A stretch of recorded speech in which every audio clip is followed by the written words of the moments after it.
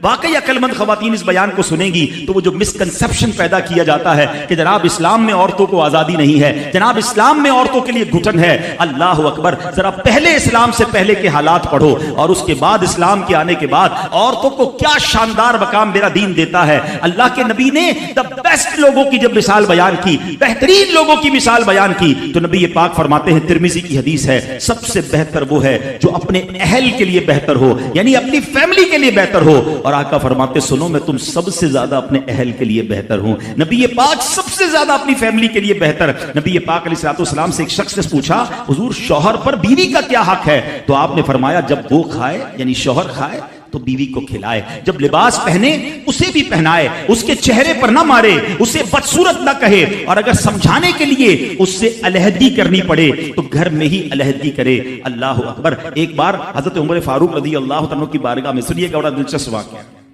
सैयदना उमर फारूक का कितना बड़ा नाम है, आपके जलाल की, आपकी अदालत की मिसालें दी जाती हैं। बड़े बड़े लोग आपके सामने थर थर कांपते थे। आपका घर में अंदाज क्या था कि एक शख्स आया कि मैं हज़रत उमर के पास जाऊं और बताऊं मेरी बीवी जो है मुझसे इस तरह बात करती है, और मेरा वो अंदाज नहीं होता जो शौहर के सामने होना चाहिए, होता है घरों में हो जाता है।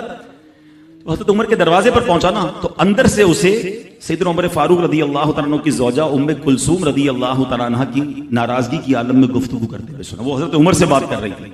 तो वो शौहर सोचने लगा कि मैं तो अपनी बीवी की शिकायत लेकर आया था, हजरत के तो घर का भी मामला ही ऐसा ही है। तो वो कहते मैं वापस होने लगा। हजरत उमर ने बुला लिया, क्यों आए थे?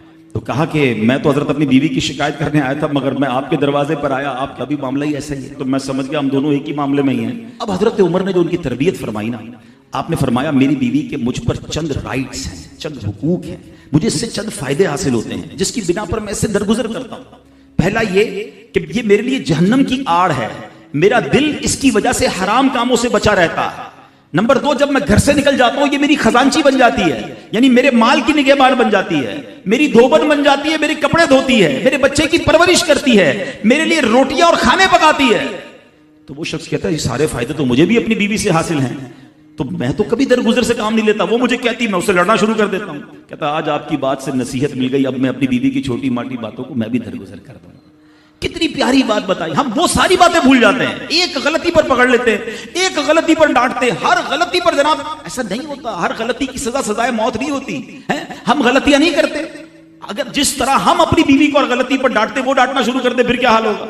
तो ऐसा ना करें। वो भी दिल रखती है। हमने किसी इंसान से शादी की है, कंप्यूटर से नहीं की, ठीक है ना? तो कंप्यूटर भी आजकल वायरस आ जाता है, तो वो तो इंसान है, गलती हो गई, कोई बात नहीं। तो सुभान अल्लाह, इतना प्यारा मजहब है। दुरूद पाक पढ़ने के बेशुमार फजाइल व बरक़ात हैं। काबे के बदरुद्दुजा, तैबा के शम्सुद्दुहा सल्लल्लाहु तआला अलैहि वसल्लम का फरमाने आलीशान है कि जो कोई शख्स मुझ पर एक बार दुरूद पाक पढ़े, अल्लाह करीम उस पर अपनी 10 रहमतें नाजिल फरमाता है। जो कोई शख्स 10 बार दुरूद पाक पढ़े, अल्लाह करीम 100 रहमतें नाजिल फरमाता है।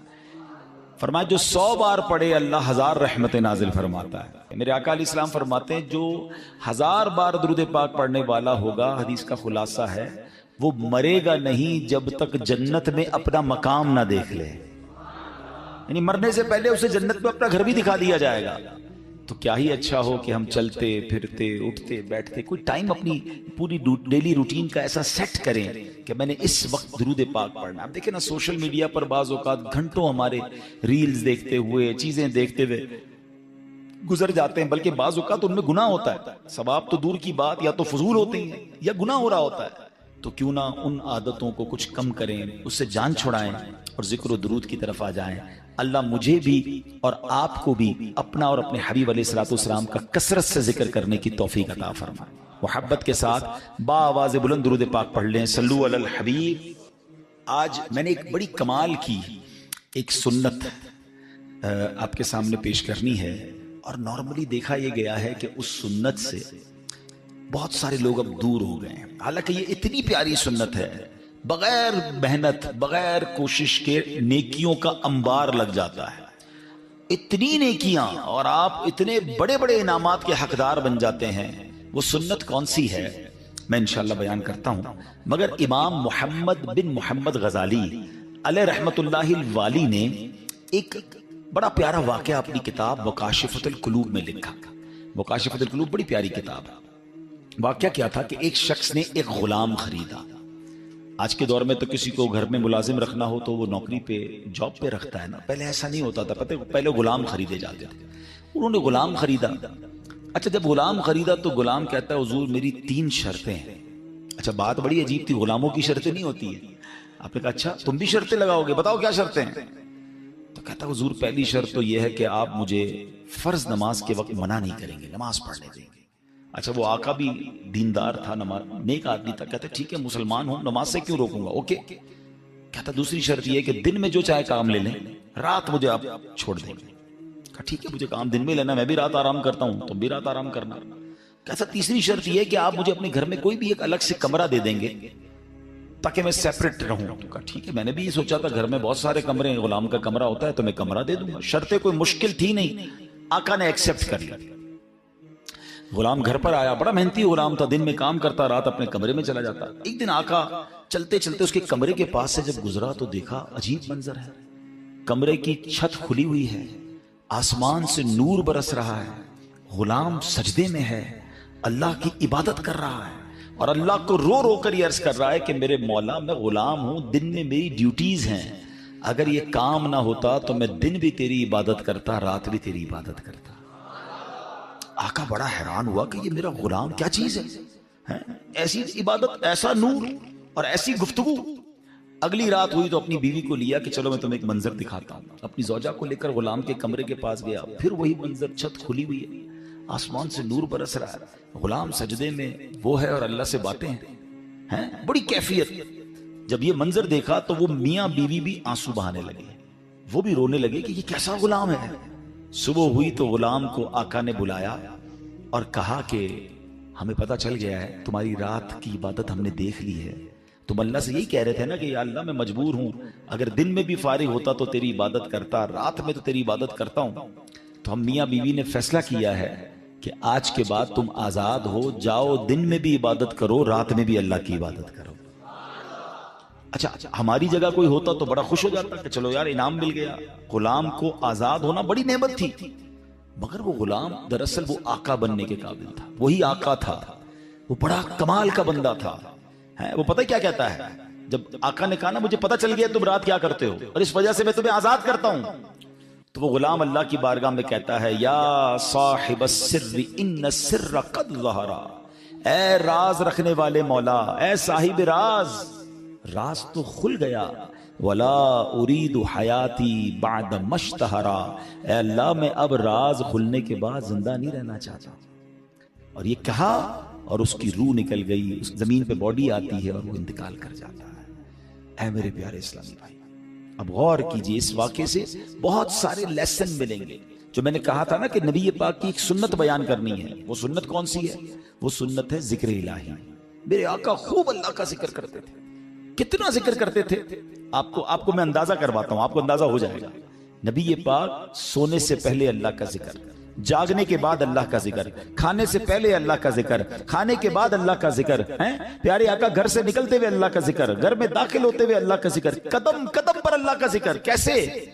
ये सब चीजों की दुआएं हैं ना, खाने से पहले की दुआ, खाने के बाद की दुआ, पानी पीने से पहले की दुआ, पानी पीने के बाद की दुआ, आईना देखने की दुआ, सुरमा लगाने की दुआ। इसका मतलब क्या है? दुआ क्या है? जिक्र इलाही है ना, अल्लाह से बातें करना है ना। नबी पाक कदम कदम पर अल्लाह को याद करते। सूरज ग्रहण की दुआ, चांद ग्रहण की दुआ, बारिश बरस रही है फिर दुआ, बादल गरज रहे फिर दुआ, कदम कदम पर दुआएं। कितना अल्लाह का जिक्र करते थे। और आज बताओ पूरा पूरा दिन गुजर जाता है, हम कितना अल्लाह का जिक्र करते हैं। ये गुलाम कितना अल्लाह का जिक्र करता था कि रात भर अल्लाह की इबादत है। और तमन्ना क्या है? मौला दिन भी मिल जाता तो दिन भी तेरी इबादत करता, दिन भी तुझे याद करता, दिन भी तेरा जिक्र करता। जिक्र इलाही पर मैं इंशाल्लाह आगे बात करता हूं, मगर इस वाक़े से एक और बड़ा कमाल का मैसेज मिल रहा है। उस गुलाम की इबादत लोगों को पता चल गई है, उसका राज खुल गया। वो कहता है मौला अब जीना नहीं है, मैं तो इबादत तेरे लिए करता था ना, मैं जानता था मालिक तू जानता था, अब तो लोगों को पता चल गया। अब बताएं हमारा क्या हाल है? हम तो इबादत बहुत सारे लोग करते ही इसलिए कि लोगों को पता चल जाए, वो इसलिए कर रहा है कि रब देखे और कोई ना देखे। और हमारी अक्सरियत इन कामों में लगी हुई है कि दुनिया देखे मैंने क्या किया है, है? नेकी कर दरिया में डाल, बचपन में सुनते थे, अब नेकी कर सोशल मीडिया पे डाल। जो करना है लोगों को बताना है, जो नेकी है सबको बताना है। अपने दिल से पूछो ना, क्यों जी चाहता है कि मेरी नेकियां लोगों को पता चले। पता है इखलास की तारीफ क्या है? उलमा फरमाते हैं what is the meaning of इखलास। इखलास इसको कहते हैं कि बंदा जिस तरह अपने गुनाहों को छुपाता है इस तरह अपनी नेकियों को छुपाए। बताइए ना, हम इस तरह अपने गुनाह, कोई है जो यहां ये चाहता हो मेरे गुनाह सबको पता चल जाए? कोई भी नहीं चाहता, मगर नेकी सबको पता चलनी चाहिए। नहीं, कुछ नेकियां तो ऐसी कीजिए ना जो फकत मैं जानूं, मेरा रब जाने। मैं नेकी करने के बाद मुझे क्यों ख्याल आता है कि यार सामने वाले को पता तो चले मैं हाजी हूं, मैं हाफिज हूं, मैं नमाजी हूं, मैं रोजादार हूं, मैंने ये नेकी की है, मैंने फला काम किया। वाई, क्यों? अगर दिल में तमन्ना यह है कि लोगों की वाह वाह मिलेगी तो पता है इसको रियाकारी कहते हैं। और रियाकारी को शिर्क असगर कहा गया हदीसों में। छोटा शिर्क। शिर्क किसको कहते हैं? शिर्क के माना यह कि अल्लाह की तरह किसी को इबादत के लायक समझना, ठीक है ना? यानी अल्लाह की जातो सिफात में या तो किसी को शरीक मानना या किसी को माद अल्लाह की तरह इबादत के लायक समझना, यह शिर्क है। बंदा इस्लाम से खारिज हो जाएगा। अब इसको शिर्क असगर क्यों कहा गया? कि बंदा पढ़ तो नमाज रहा है, रख तो रोजा रहा है, सदका कर रहा है, खैरात कर रहा है, इबादत अल्लाह की कर रहा है, मगर दिल में तमन्ना है कि लोग राजी हो जाएं, हैं, लोग खुश हो जाएं। नियत क्या है? नियत रब को राजी करने की नहीं, लोगों को राजी करने की है। अब हम चेक कर लें कि कहीं ऐसा तो नहीं कि शैतान हमारे अंदर ये वबा दाखिल कर चुका है कि पहले तो नेकी नहीं करने देता, लेकिन नेकी कर ले तो फिर छुपाने नहीं देता, फिर बचाने नहीं देता, फिर ऐसे ऐसी बातें दिल में लाता है कि इसको भी बता दे, इसको भी बता दे। क्यों? हमारा जी क्यों चाहता है? एक एक नेकी की तस्वीर हमने लगानी है ताकि लोग देखें मैंने ये चंदा दिया, ये राशन दिया, ये फला काम किया। मैं वैसे आपके दिल के दरवाजे पर दस्तक देते हुए एक सवाल करना चाहता हूं कि जरा ये तो चेक कीजिए, ये मेरे लिए भी सवाल है, ये आपके लिए भी है, कि हमारी ऐसी कितनी नेकियां हैं जो सिर्फ मैं जानूं और मेरा रब जाने।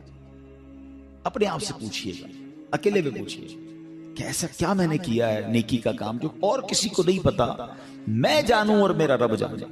आपको पता है पहले के जमाने के कुछ बुजुर्गान दीन ऐसे होते थे कि वो गरीबों की मदद करते थे, मगर उन गरीबों को भी पता नहीं चलता था कौन मदद कर रहा है।